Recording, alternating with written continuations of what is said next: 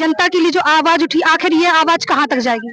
सबसे पहले तो मैं आपको बधाई देता हूं, जिस शब्द से आपने शुरुआत की है इसके लिए आप साधुवाद की बात है कि जन जन के लिए आवाज उठी। ये वास्तव में जन के लिए आवाज है। ये किसी एक व्यक्ति महेंद्र सिंह लोधी या किसी एक बदतमीज नर्स नीलमा यादव उसके खिलाफ या सिर्फ महेंद्र सिंह लोधी के पक्ष में आंदोलन नहीं है। ये उस पीड़ित, उस मजलूम, उस मेहनत का कौम की लड़ाई है जिसको प्रताड़ना झेलने पड़ती है सरकारी अस्पताल में, जिसको धिक्कारा जाता है ऐसे थानों में, जिसको ना कलेक्टेड में इज्जत मिलती है ना तहसीली में इज्जत मिलती है। इस लड़ाई उस विचारधारा की लड़ाई है। कैसी विचारधारा? देश में दो विचारधारा चलती हैं। एक, अगर तुम सूट पैंट पे अच्छे कपड़ा पहनकर, कोट पहनकर कलेक्टर साहब के यहाँ जा रहे तो उनका बात करने का लहजा अलग होगा, अधिकारियों का लहजा अलग होगा, पुलिस वालों का लहजा अलग होगा। अगर फॉर्च्यूनर से उतर के थाने जा रहे तो उनकी बात करने की टोन कुछ होती है। लेकिन वही यहाँ पर अगर पैदल या छोटी गाड़ी से फटे पुराने कपड़े पहन के जा रहे हो तो उनका लहजा अलग होगा। ये दो विचारधारा, इन विचारधारा के खिलाफ ये लड़ाई है। यहाँ पर हर एक व्यक्ति है जो पीड़ित है, तो जो वहां पर जाता है, जो आरोपी है वहां पर जाता है, कुछ पैसे भी दे देता है, झूठी एफआईआर भी दर्ज की जाती है। इस बारे में आप क्या कहना चाहेंगे? यही तो हुआ है। जो पीड़ित था महेंद्र सिंह लोधी, उससे पैसे मांगे गए, 25,000 रुपए पैसे की मांग की गई। जब उसने पैसे नहीं दिए तो अमानवीय तरीके से उसकी रात भर पिटाई की गई। पुलिस के द्वारा 151 की प्रतिबंधात्मक कार्यवाही की गई थी, तो फिर 2 दिन बाद अन्य धारा में एफआईआर दर्ज कैसे हुई? मैडम, एक बात बोलना चाहता हूँ, वीडियो आपने भी देखी होगी उस नर्स की। उस नर्स की वीडियो से, उसके व्यवहार से, उस वीडियो से कोई भी कह सकता है कि नर्स बिल्कुल सीधी सादी तो गौ तो नहीं है। ये कितनी तेज है। वो कह रही है कि हमारा हाथ पकड़ा, हमारे, और भी उसने लिखा है पाई, हम बता नहीं सकते, यहाँ वहां हाथ टच किया, वो वहीं हाथ तोड़ देती उसका।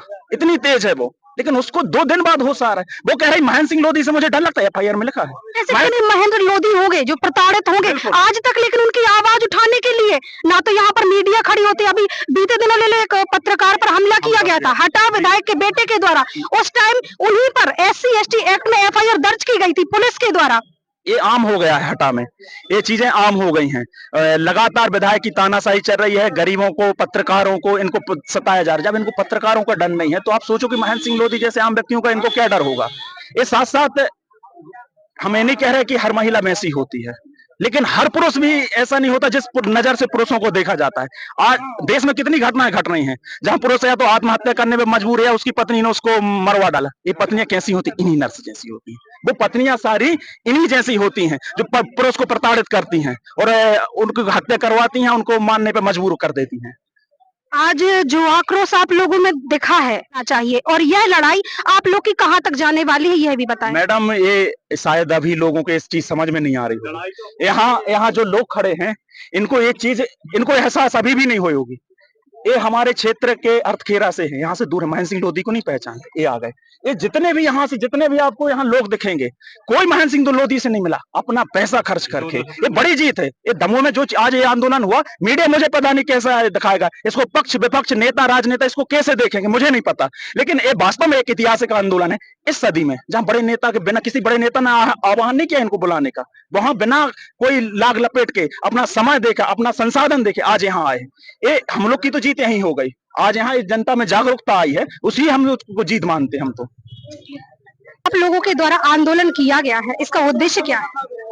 इसका उद्देश्य यह है, जो भी तानाशाही चल रही है, जैसे कि मध्य प्रदेश शासन के जो भी कर्मचारी हैं बेलगाम टाइप के हो चुके हैं, जिनके लिए समाज सेवा का दायित्व, तो उसकी वो सैलरी लेते हैं, उसकी बाकायदा तनख्वाह लेते हैं हर माह, लेकिन वो समाज सेवा तो नहीं करते। लेकिन समाज सेवा के नाम पे समाज के अच्छे लोगों के लिए कहीं ना कहीं प्रताड़ित करने का कार्य करते हैं। जैसे कि महेंद्र लोधी के लिए वो स्वास्थ्य केंद्र गया था सिर्फ और सिर्फ अपनी पत्नी की दवाई कराने के लिए, लेकिन उसकी पत्नी की दवाई तो नहीं की उन लोगों ने, लेकिन जूता चप्पल जरूर बरसा दिए। ऐसे तानाशाही कर्मचारियों के प्रति एक नीलमा लोधी ने, जितने भी मध्य प्रदेश में इस तरीके के कर्मचारी हैं, चाहे वो स्वास्थ्य विभाग में हो या पुलिस विभाग में हो या जो भी हितग्राही योजनाओं से संबंधित या लोगों के हित करने वाली जितनी भी अधिकारी कर्मचारी, उन सारे कर्मचारियों के लिए ये मैसेज होना चाहिए, संपूर्ण मध्य प्रदेश में, पूरे भारत में यह मैसेज होना चाहिए कि ऐसे कर्मचारियों का रवैया, जो एक सच्चे सज्जन महाजन भोले से अनपढ़ महेंद्र सिंह लोधी के लिए दवाई करवाने जाता है, वो तो उसके लिए अस्पताल में तो ललकार के भगाया ही जाता है, उसकी पत्नी की दवाई नहीं की जाती, लेकिन 2 किलोमीटर दूर अस्पताल से बस में बैठ के वो अपने घर के लिए जाता है, तो बस के लिए भी रोक के एक गुंडा वाले अंदाज में एक नर्स महिला जाती है, बस को रोकती है, उसके लिए वहां जूता चप्पल लातें बरसाती है। उसके बाद में वहां पुलिस पहुंचती है, तो पुलिस भी कोई न्यायिक कार्रवाई नहीं करती।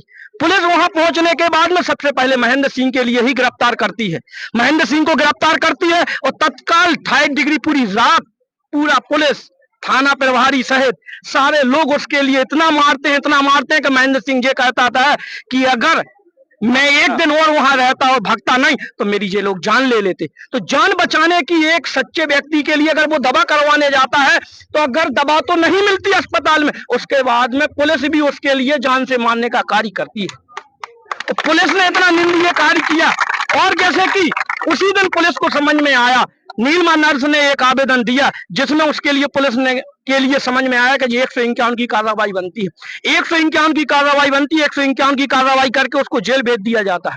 जेल से वहां से जमानत होके आता है। फिर 2 दिन बाद जब पीड़ित पक्ष महेंद्र लोधी अपनी बुहार लेके एसपी साहब कलेक्टर साहब के पास में पहुंचता है, तो वो ज्ञापन देता है कि मेरे लिए न्याय चाहिए। तो न्याय ना मिलके वहां जब वो पुनः अपने घर आता है, तो पुलिस प्रशासन फिर से नीलमा के एक झूठे आवेदन पर उसके लिए 354 और अन्य धाराओं के तहत मुलजिम बना के पुनः उसकी खोज में निकल जाती है कि फिर से इसके लिए कल रात भी पुलिस पूरी रने फोर्स उसके चारों ओर घूमती रही उसके लिए गिरफ्तार करने के लिए। क्या ऐसा पुलिस का रवैया होना चाहिए? जनसेवक ऐसे होते हैं क्या? संविधान का जो पालन का बात करते हैं कि तो महेंद्र के लिए कोई अलग संविधान है, नीलमा के लिए कोई और संविधान है। संविधान के तहत चलना है। तो उस दिन नीलमा यादव को मालूम नहीं था कि मेरे साथ में महेंद्र सिंह लोधी ने छेड़छाड़ भी की है। उसी दिन की बाइज्जत, उसी दिन का पूरा सिस्टम, उसी दिन अस्पताल में जो कुछ हुआ था, अस्पताल में घटना घटी, उसके बाद में तुम 2 किलोमीटर दूर जाके बस रुकवा के गुंडा मतलब जैसे एक गैंगस्टर नहीं करते, गैंगस्टर जैसी स्टाइल में एक नर्स महिला जाके उसके लिए देखो तुम उस वीडियो में तो लाते हैं घूसा गाड़ी, जितनी अभद्रता होती है मैंने नहीं देखा आज तक मध्य प्रदेश में ऐसी कोई महिला और महिला कर्मचारी हो, कोई भी कर्मचारी इस तरीके से किसी से पेश आता हो। नीलमा ने तो आज हद कर दी, मातृशक्ति पर एक कलंक निर्धारित कर दिया। नीलमा जैसी महिलाएं ही महिला जाति के लिए कलंकित हैं। महिला जाति के लिए, महिला जाति में माँ भी होती है, बहन भी होती है, बेटी भी होती है। हमारी भी माँ है, हमारी बहन है, हमारी बेटी है। लेकिन मैं आज अपने गर्व से कहता हूं, अगर नीलमा जी जैसी बेटी अगर हमारी होगी तो सबसे पहले उसके लिए सबक सिखाने का कार्य मैं खुद करना चाहिए। उनके माता पिता को भी देखना चाहिए कि मेरी बेटी स्वास्थ्य विभाग में लोगों को सेवा देने की जगह पे लाते घूसा दे रही है। ऐसे माता पिता को भी अपनी बेटी का बहिष्कार कर देना चाहिए, ऐसे पति को भी अपनी पत्नी का बहिष्कार कर देना चाहिए और समूचे समाज को ऐसी नीलमा जैसी दुष्ट महिला के प्रति उसके वैसे तो स्वास्थ्य विभाग से मैं भी गुहार लगाऊंगा कि इनकी कार्य मुक्ति की जाए। जे किसी भी पद पर या स्वास्थ्य विभाग के कोई कर्मचारी रहने के लायक नहीं। देखा आपने कि आज आम जनता की आवाज सिर्फ रमेह नहीं बल्कि पूरे मध्य प्रदेश में उठी है। अब देखना ये होगा कि यहाँ के शासन के कानों में जू कब तक रेंगती है, क्योंकि दमोह प्रशासन कानों में रुई डाल के बैठा है। बहुत बढ़िया। ये हूँ आपके लिए, ये मेरी खुद की घटना है। मैं यहाँ का जिला पंचायत सदस्य मनीष तंतवा है। रात में 9 बजे 2 पक्षों में लड़ाई हो जाती है। उनका फोन आता है, मैं थाने में आता हूं। थाने में वो बोलते हैं भैया घर घर की लड़ाई है, राजीनामा करा दो। चलो ठीक है, मैं राजीनामा की बात कर ली, दोनों लोग मान गए। तो थाना प्रभारी मेरे से जे बोला, मनीष तंतवा तुम थाना मत आया करो, मेरा पैसों का लॉस होता है। क्योंकि आप लोग अगर सारे केस अगर ऐसे ही राजीनामा समझा देंगे तो हम लोग जिनके लिए कमीशन देके यहाँ बैठे हुए हैं, जिनके लिए दे के हमें इतने अच्छे अच्छे थाने मिलते हैं, वो नहीं मिलेंगे। उनके लिए हमें पैसे देने पड़ते हैं। अब मैं नाम नहीं खोल रहा हूं क्योंकि उससे राजनीतिक विरोध होगा। उसने स्पष्ट मेरे लिए बोला, इन लोगों के लिए मैं इतने लाख रुपए देता हूं महीने का। आज आम जनता की जो आवाज उठी, आज एक शायरी तो बनती है कि कली बेच देंगे, चमन बेच देंगे, कली बेच देंगे, चमन बेच देंगे, और अगर ये कलम के पुजारी सो गए तो ये धन के पुजारी बटन बेच देंगे। हटा विधानसभा में सत्ता की जेब में, चाहे वो पुलिस प्रशासन हो या कुछ भी हो, सब सत्ता की जेब में है। थाना प्रभारी ने मेरे लिए भी कई बार ऐसा किया, 151 बंद कर देंगे, उठा के जेल में डाल देंगे। कई बार जब भी मैं थाने में किसी का भी राजीनामा कराने के लिए आया तो थाना प्रभारी ने एक ही चीज कही, आप ज्यादा राजनीति मत बगड़ाओ वरना 151 बंद कर देंगे तुम्हारे। क्योंकि जो सच बोलेगा उसके ऊपर FIR होगी। और जो नरेंद्र, जो यहाँ पर थाना प्रभारी है, वो पुलिस नहीं है, वो शुद्ध गुंडा है, वो पैसों की ही दलाली कर। अभी एक कुछ पैसों का बरसाने वाला मैटर आया था तो उसने गांव में कम से कम 50 लोगों के लिए पार्टी बनाया था, लाखों रुपए की कमाई की थी।